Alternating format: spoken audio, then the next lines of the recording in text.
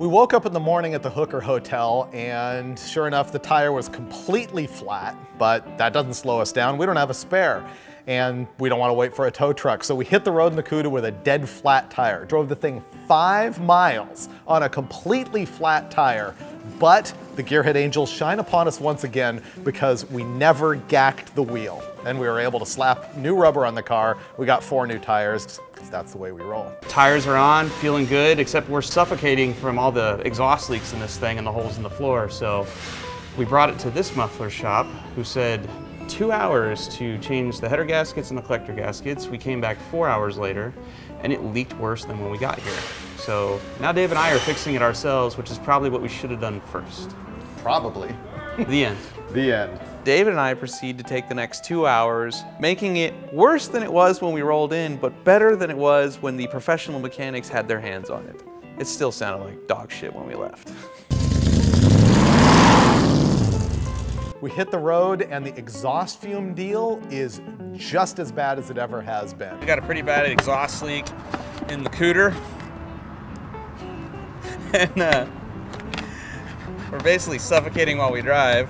So I'm gonna hack up this 2-liter bottle of soda, duct tape it to the window frame, and hopefully get some fresh air blowing at our dome so we don't pass out in the middle of the night while we're driving. Wide open windows and still you need a Coke bottle funneling the 70-mile-an-hour air directly at your face so that you can barely breathe enough to stay alive.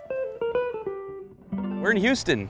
We spent most of yesterday getting tires on the car and trying to protect ourselves from carbon monoxide, but we made it late last night and now we are headed to the racetrack, hopefully to make some nitrous passes in the car, and then I think we're going to auction this thing off to some lucky person, or unlucky person, depending on your point of view.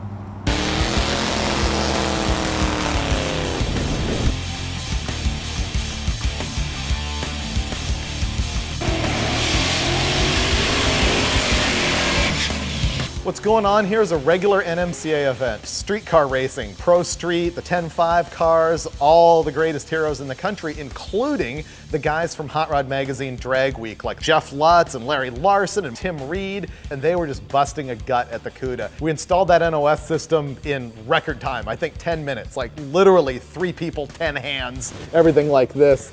We can't go home without running the nitrous to the thing, so we don't have an electric fuel pump for the nitrous system, so we're gonna tee it into the stock pump, cross our fingers, and pray to God it doesn't lean out. Tim Reed, one of the guys that competes at Drag Week, was cool enough to loan me some of his nitrous system parts, and he come over and helped me wire the car. So when it was done, it only made sense to go for a test ride with him, because if it didn't work, it was kind of his fault.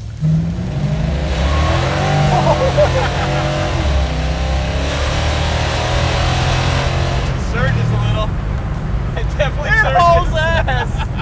Turned around to go back to the track because we need to do a little more tweaking on the car. And as I was making the U-turn, I hit the nitrous button on accident. Whoa, whoa, whoa. Would you bump the button? No, my hand's up here. My hand's up here, man. I bet you bumped the... Oh, that's not good. Uh-oh. Right now the bottle's leaking. I blame David for that because he tightened it. And we have no key to get the trunk open. So we're just gonna wait a little bit because the car is full of nitrous right now and not safe to drive down the road. It's a good thing we had a bunch of extra nitrous bottles with us because we had them filled at North Star the night before.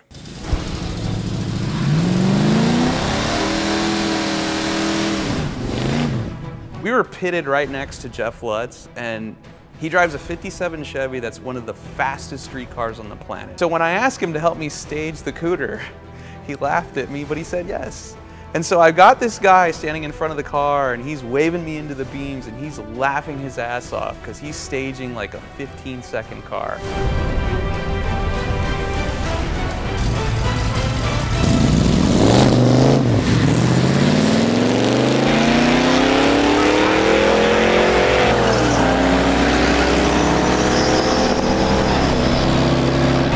Come on, baby. 110 mile an hour, that's badass. Best day at work ever, man. Lutz is jumping up and down because this thing ran 1474, but at 110 miles an hour. And I'm doing the math quick in my head going, that's a low 12-second car. It could be an 1190 car if it had traction.